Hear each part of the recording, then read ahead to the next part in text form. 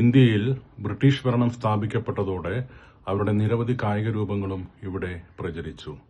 അങ്ങനെ ബ്രിട്ടീഷ് കായിക രൂപങ്ങളായ football, tennis, hockey, cricket, golf തുടങ്ങിയവ കോളനികളിൽ പ്രചരിക്കാൻ തുടങ്ങി. കോളനിവാസികൾ ബ്രിട്ടന്റെ രാഷ്ട്രീയാധിപത്യത്തെയും സാമ്പത്തിക നയങ്ങളെയും ശക്തമായി എതിർത്തിരുന്നുവെങ്കിലും കോളനിവാസികൾക്ക് പരിചയപ്പെടുത്തപ്പെട്ട ഈ കായിക രൂപങ്ങളെ അവർ രണ്ട് കൈയും നീട്ടി സ്വീകരിച്ചു. കൊളോണിയൽ ആധുനികതയുടെ പ്രതീകങ്ങളായിട്ടാണ് യൂറോപ്യൻ കായിക രൂപങ്ങൾ ഇവിടെ പ്രചരിക്കാൻ തുടങ്ങിയത്. കേരളത്തിൽ തലശ്ശേരി, കണ്ണൂർ, കോഴിക്കോട്, പാലക്കാട്, തൃപ്പൂണിത്തുറ എന്നിവയായിരുന്നു ക്രിക്കറ്റിന്റെ ആദ്യകാല പ്രധാന കേന്ദ്രങ്ങൾ. കോഴിക്കോട് സിവിൽ സ്റ്റേഷനിലെ റീജണൽ ആർക്കൈവ്സിലെ ഒരു രേഖ സെലക്ടഡ് റെക്കോർഡ്സ് 201 1911 ഡിസംബർ 7 മലപ്പുറത്ത് നടന്ന ഒരു ക്രിക്കറ്റ് മത്സരത്തെക്കുറിച്ചുള്ള വിവരങ്ങൾ നൽകുന്നു. 1911 ബ്രിട്ടീഷ് ചക്രവർത്തി ജോർജ് അഞ്ചാമനും അദ്ദേഹത്തിന്റെ പത്നി മേരിയും ഇന്ത്യ സന്ദർശിച്ചു.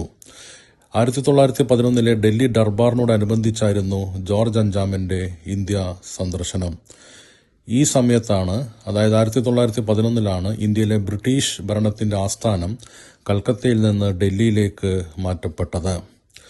ജോർജ് അഞ്ചാമന്റെ ഇന്ത്യ സന്ദർശനത്തോടനുബന്ധിച്ച് മലബാറിലുടനീളം ആഘോഷ പരിപാടികൾ സംഘടിപ്പിക്കാൻ അന്നത്തെ ബ്രിട്ടീഷ് ഭരണകൂടം തീരുമാനിച്ചു.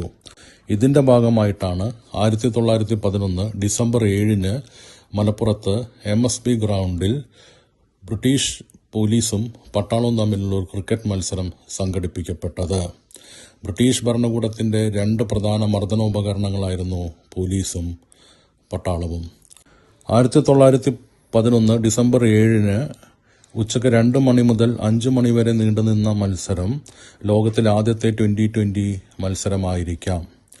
20ാം നൂറ്റാണ്ടിന്റെ ആദ്യ ദശകങ്ങളിൽ തന്നെ ക്രിക്കറ്റ് പോലുള്ള സങ്കീർണമായ, ലളിതമല്ലാത്ത കായിക രൂപങ്ങളെ കോളനിവാസികൾ ഏറ്റെടുത്തിരുന്നു എന്നതിന് തെളിവാണ് മേൽപ്പറഞ്ഞ ആർക്കൈവ്സ് രേഖ.